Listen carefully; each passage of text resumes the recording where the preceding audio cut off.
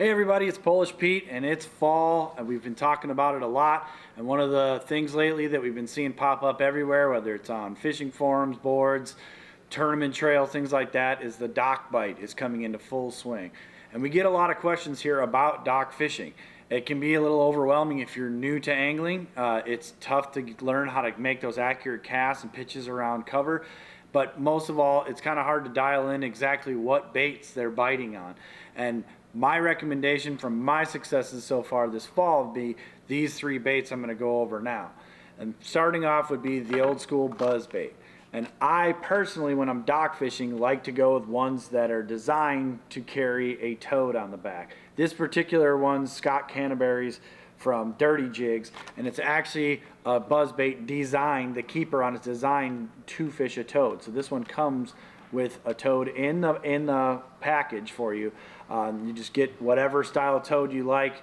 Zoom horny toads, Big Bite's got really good top toads, and different brands of toads out there in the market. And you basically are using this toad, I think, more than getting bites, you're using it to help you skip and get that bait accurately placed around cover. So as these water temperatures cool and these fish pull up to that shallow cover, any remaining cover that's still left before they pull the docks up in our neck of the woods or down south where they get to stay there all season, they'll hang onto that cover because the vegetation tends to die off, and you can skip a buzzbait like this much more efficiently. So if you're going to fish around docks, I suggest you try a buzzbait this time of year. It's going to get a big bite and you can cover a lot of water. You can move fast, and that's a key to fall fishing. Next up is a pretty cool one that's a throwback. It's an old school way of doing it. This is fishing a Texas rig tube. I have found a lot of confidence fishing a Texas rig tube in the fall. Year after year, it becomes more of a staple in my boat, going back to the old school style tubes. I like to use a 4/0 ringed EWG hook. This happens to be the VMC version. It's the most popular one on the market right now. But for whatever reason, that ring, to me, it helps you with your landing percentage. But I also think it aids in baits that are falling, staying free, and then that swinging head, it makes it a lot harder for the fish to throw the bait. Try to get away with throwing something a little bit lighter for a weight. This one here is a Wu Tungsten 3/16 ounce. It makes it hard if you're new to fishing to fish a tube with this light a weight and get far casts or cast up underneath those docks really far, but I would not go over a 1/2 ounce. 1/2 ounce makes it pretty easy, but it makes the tube fall a lot faster, and you tend to not get as many bites as you would if you give the bait a more slow, natural falling presentation. So try to get away. Start off with like a 3/16. If you're struggling to get those casts accurately and you're having a tough time, you can bump it up all the way up to like that 1/2 ounce size. Get your confidence up and then start getting better with these lighter weights in the fall. Big trick to it is something Seth Biter showed us a whole bunch of times, and he showed me a long time ago, is using a peg when you're Texas rigging a tube like this. It's basically a bobber stop that's above your weight. Instead of pushing it down to the weight to keep it all pinned up, pull it up about 4 or 5 inches. It gives that bait some more natural fall, and it allows it to kind of have a little bit more free swinging action instead of falling straight down. So if you're going to Texas rig in the fall, try a tube out, an old school tube. You can flip any of your confidence baits, to be honest with you, but I just like the way these kind of fall a little bit more like a more finessey presentation to get more bites.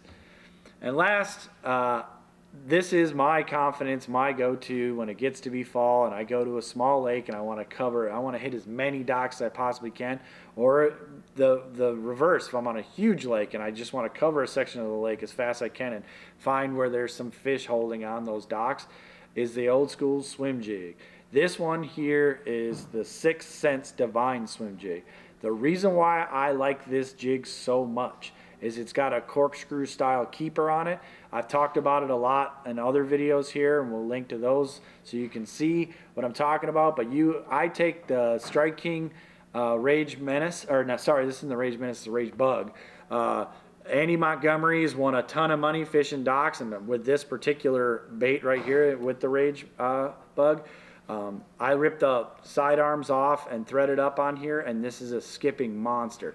The head on this jig is very realistic and beautiful, but it does have a flat planed head on the bottom here, so it skips like a dream. So I can skip this thing way far up there, swim it back, and look for those active fish, those spinnerbait eaters. But I want to put this bait way up there and cover, especially underneath pontoon boats and all that, and make a lot of noise if they hit something, so be careful.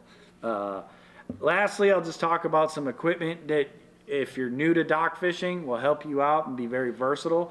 A 7-foot to maybe a 7'3" medium heavy power fast action rod is going to be your friend with any of these baits right here.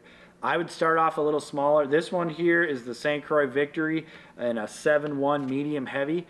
This rod has an awesome tip on it. It's really nice rod in hand. It's sensitive, and the guide train on it is something I'd like to point out. A lot of people get upset about the larger guide trains nowadays because it does add a little bit of weight to the rod, but it aids you in its versatility if you want to run braided line with a leader.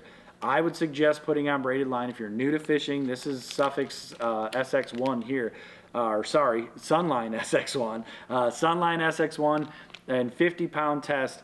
I know that sounds huge, but if you're new to angling, it's easier to pick out backlashes. It's easier to control the line when it's bigger like that. You have less mistakes, and you can always add a fluorocarbon leader to it. And with a guide train that's more in that mid-size guide range or a larger guide train, it makes it easier for that knot to pass, so you can get away with this big line.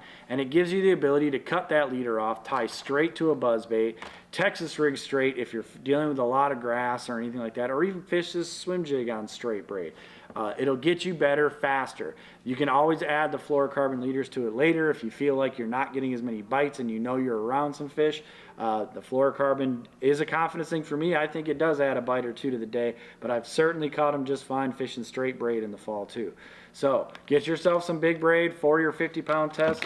The Daiwa SV Baitcaster here, this is the time of year this reel absolutely shines. It's the easiest reel to skip docks with, period.